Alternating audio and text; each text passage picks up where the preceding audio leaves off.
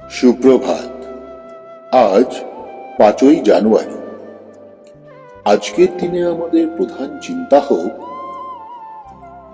আমরা যেন নিরন্তর উন্নত আদর্শকে সঙ্গে রাখি।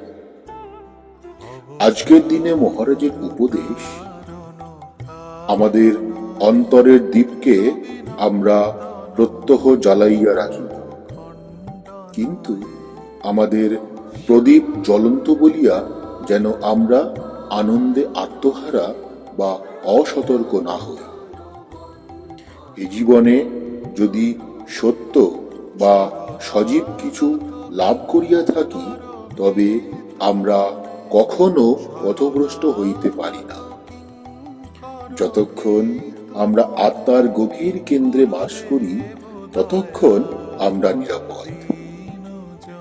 আনন্দময় ইষ্টকে চোখের সামনে সদা সর্বদা জাগাইয়া রাখিয়া যদি আমরা জীবন ধারণ করি, তবেই আমাদের জীবন তাহার শক্তি ও অপূর্ব আনন্দে প্রকাশ করে।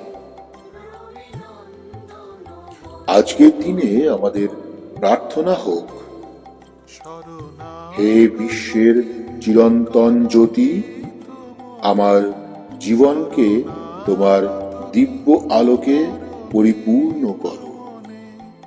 আমার হৃদয়ে তোমার পবিত্র আবির্ভাবের অনুভূতি জাগাও। প্রতি মুহূর্তে, সকল কর্মে, সকল খেলায় তুমি আমার সঙ্গী হও।